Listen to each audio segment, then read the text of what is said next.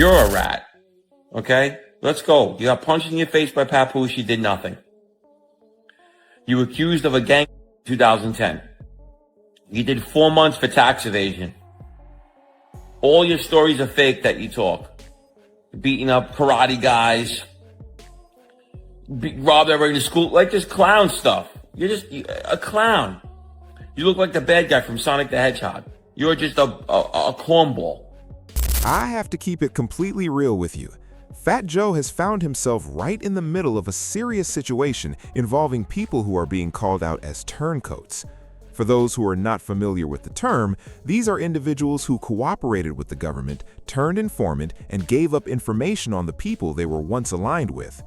Fat Joe may have gotten himself into some uncomfortable territory here with certain people who have a very serious history in these streets.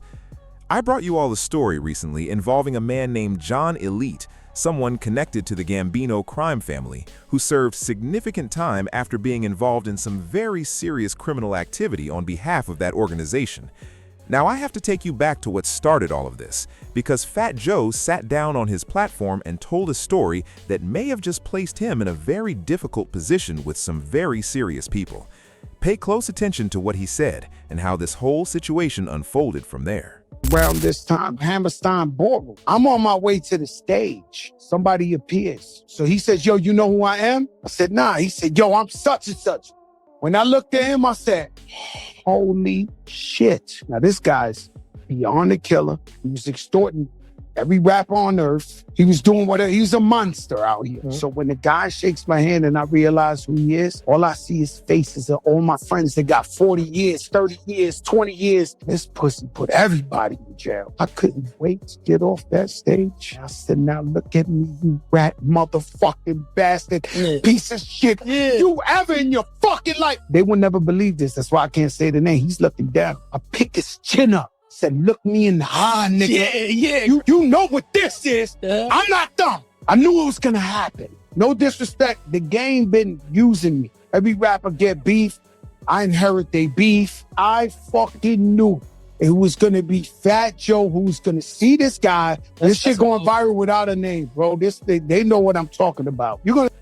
I have to be real. Fat Joe did not even need to put a specific name to what he said, because the person he was referencing wasted absolutely no time coming out and making his feelings publicly known. He spoke directly about Fat Joe and made it very clear where he stood on the whole situation. Pay close attention to what he had to say. You're a classless pig that wears dirty chains around his neck like a child, like you're 15 when you're near 60. And how dare you talk like you want to help kids? Help kids do what? You immature clown. You're nothing but a piece of that with hookers your whole life at strippers. Look at you, you look like a one-eyed turtle. Bald-headed, fat, sloppy body. Abused your wife your whole life, disrespected her with hookers and girls, and every girl that you abuse, you shouldn't.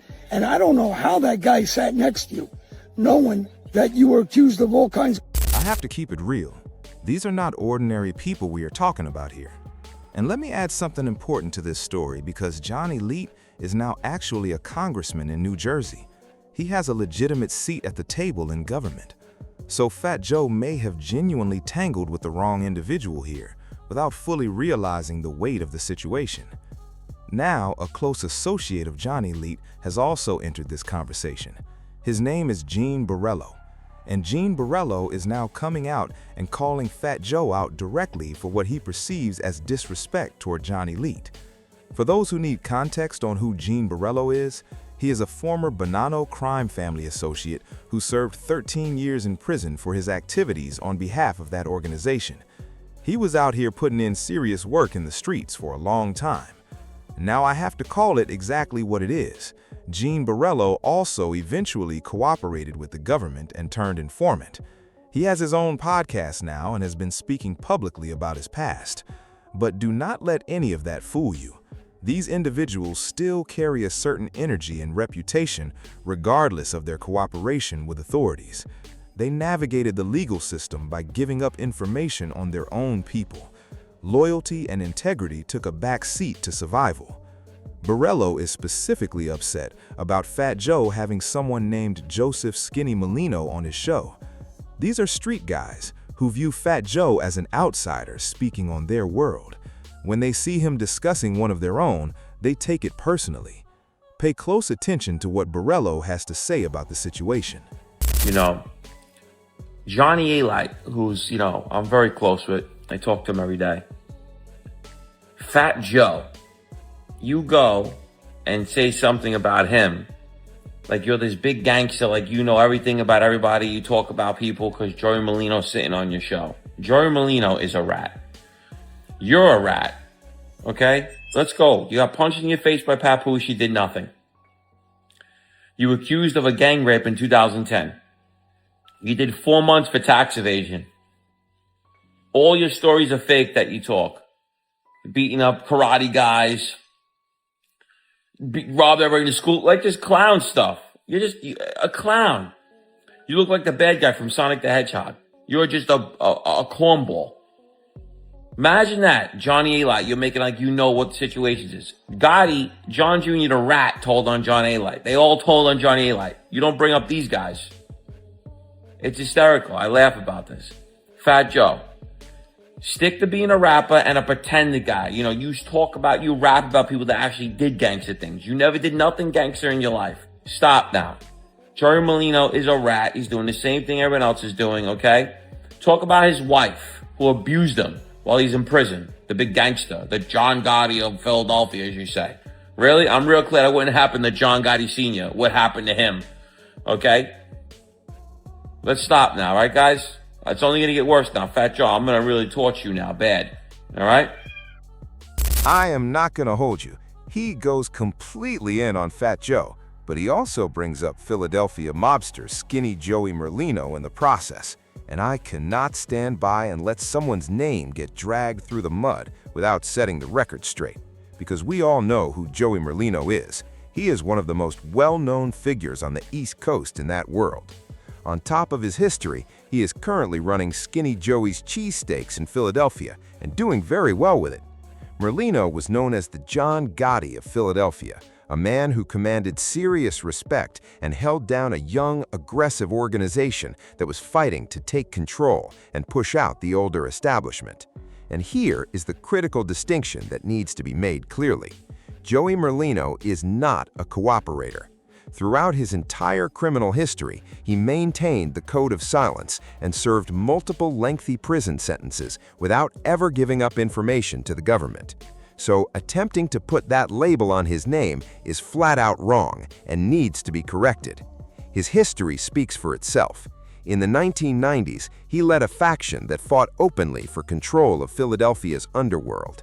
In 2001, he was convicted on racketeering charges, including extortion, and sentenced to 14 years. Federal prosecutors believe he rose to become the boss of the Philadelphia crime family. This man was not a worker, he was at the top of the organization. And this is the situation Fat Joe has stumbled into. Now, the question worth asking is, how seriously do we take individuals who cooperated with the government when they come after someone with a stand-up reputation like Merlino? John A-Light is now literally a congressman in New Jersey, an ex-killer sitting in Congress talking recklessly at Fat Joe. Gene Borello is also a cooperator with a podcast. To the words of people who gave up their own partners carry real weight when directed at someone who never broke the code. Fat Joe has never been known for the kind of street activity these men were involved in. Podcasting has a way of pulling people into situations they never anticipated. These are individuals who have genuinely hurt people and operated on a completely different level than the media and entertainment industry. I am not here to judge what anyone did to secure their freedom, but that mentality does not simply disappear. I do not make the news, I just broke it down. Get in the comments and let me know how you feel about all of this. Johnny A-Light, who's, I'm very close with. I talk to him every day. Fat Joe, you go and say something about him.